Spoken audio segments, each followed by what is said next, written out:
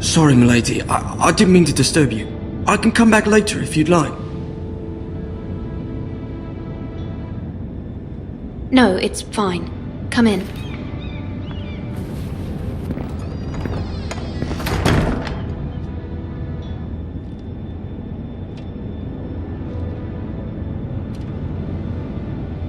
Begging your pardon, milady, but you alright?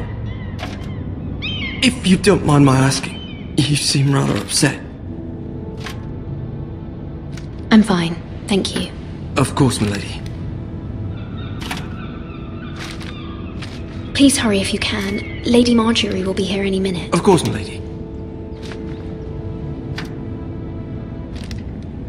You work for Lady Margaery? I may be wrong, but it seems like you do.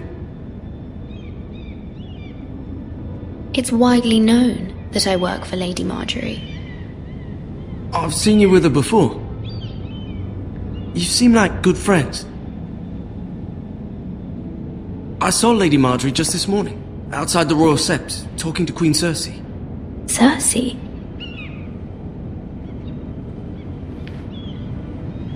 They appeared to be having some sort of disagreement. I couldn't hear much, but... What did they say? I couldn't make out much, but I know they were talking about the Starks and House Forrester. House Forrester? I hope you're not in any kind of trouble. But I thought you ought to know. Most people don't tend to notice a callboy. Not in King's Landing, with so many lords and ladies about. You see and hear all sorts of things when people don't even know you're there. Good night, milady.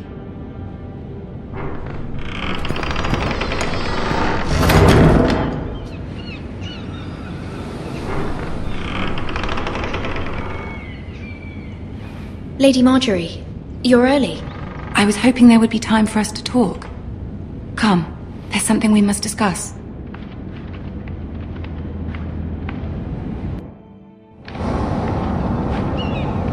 From the day you arrived in Highgarden, I've thought of you more as a friend than as my handmaiden. A dear friend, in fact. Thank you, my lady. And you know how I feel about what's happened to your family. I feel your pain as if it were my own. What you've suffered is beyond imagining. You're very kind, my lady. Of course, Mira, but you must not despair. We will get through this together. You must understand there are limits to what I can say, especially here in King's Landing, now that I am to be queen. To have a handmaiden from the north whose family fought for Robb Stark. It raises questions at a time I can least afford. Cersei herself cornered me this morning outside the Royal Sept. She mentioned the northern girl in my service, and she painted you a traitor. She was very pleased with herself. How did you respond? I told her you are one of my most trusted handmaidens, that you can hardly be blamed for the actions of your father and brother. Nonetheless, she demands an audience. She wants an apology of some sort, for what I don't know, but she's waiting for us now, and I promised I would bring you to her. I wouldn't ask this of you if it were not important. I cannot afford any conflict with Cersei with the wedding so near. I'll do as you ask, my lady. I knew I could trust you. Humor her. Tell her what she wants to hear. See if the Queen Regent is ready to receive us.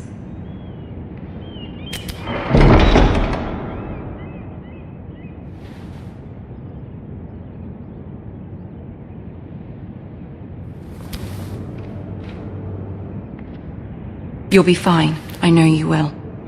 You may feel one thing, but you must say another.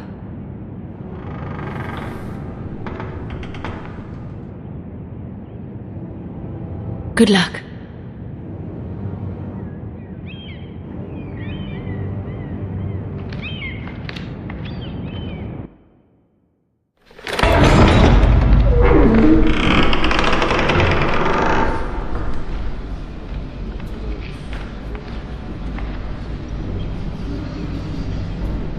You can do this.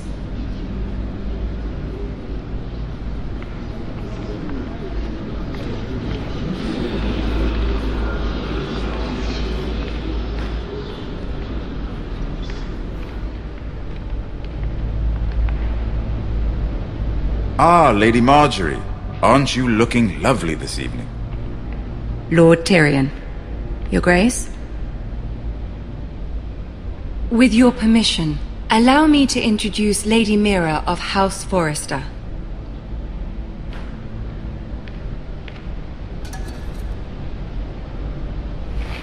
Your Grace.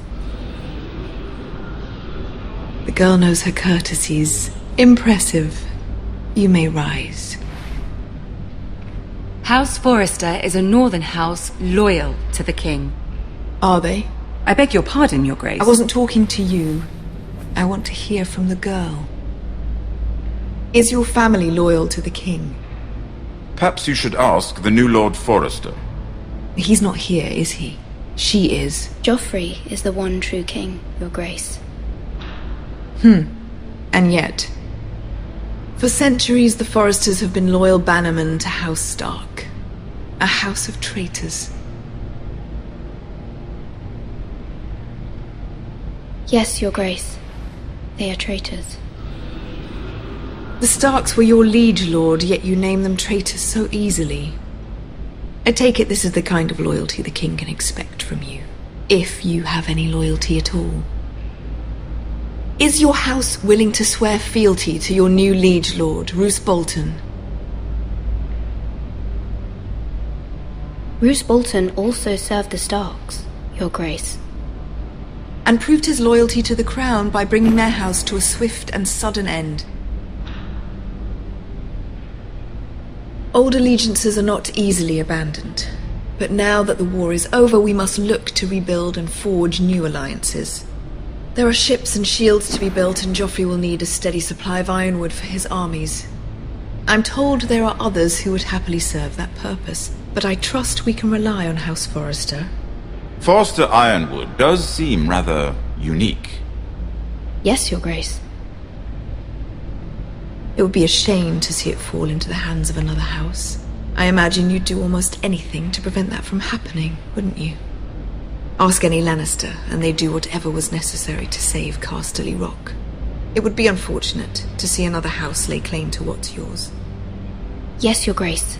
I would do anything. I see. What would you have the girl do, Cersei? It's not as if she fought beside the Starks, wielding a battle axe for the Northern Army. It raises an interesting question, I suppose. Can we truly blame those who end up on the wrong side of the war? Our dear Margaery here was betrothed to Renly Baratheon on the false assumption that he would one day rule the Seven Kingdoms. Can we fault her for her mistake? Should she be held accountable? I won't judge her, Your Grace. I wasn't there. I didn't face her decisions. Aren't you a delightful girl? If only one could flit through life without ever holding an opinion of their own. If there's a point to this, I hope you find it quickly. Loyalty can be such a hard thing to define. This city alone is filled with all sorts of ambitious opportunists looking to reinvent themselves, pretending to be something they're not. Who knows what lurks within their hearts? You are a girl from the north, here in service to Lady Margaery. One can only assume her interests are yours.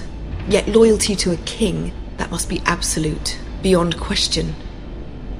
And if your loyalties were to become conflicted between your king and the very person whom you serve, what would you do then? I'm sure she would... Let the girl answer the question. Go on.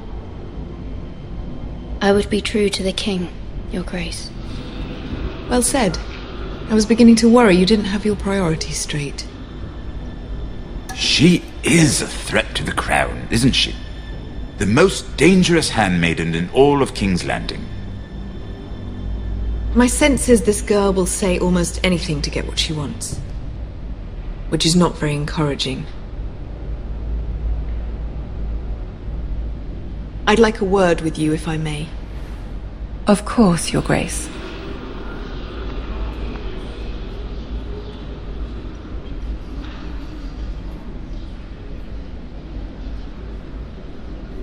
I'll walk you out. This may come as a surprise. but I met your father once, at the tourney at Lannisport. Even then he didn't trust Roose Bolton.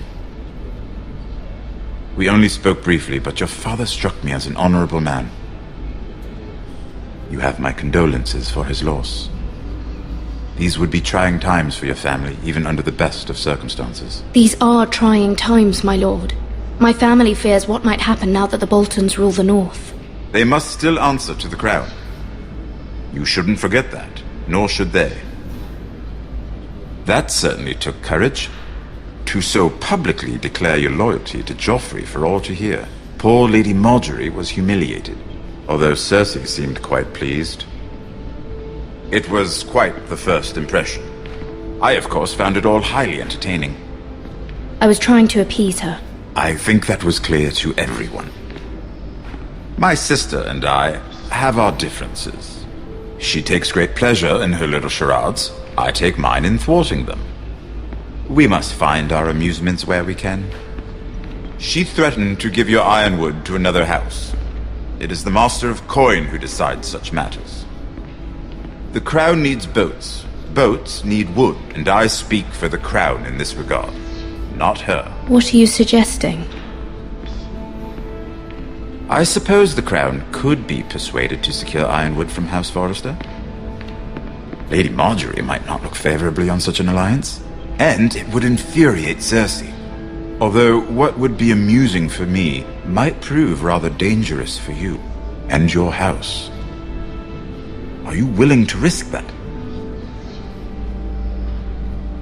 It may be far too dangerous. I'm sorry, Lord Tyrion, but it's a risk I cannot afford. I admire your discretion. Now, if you'll excuse me, I promised Sansa I would join her for dinner tonight.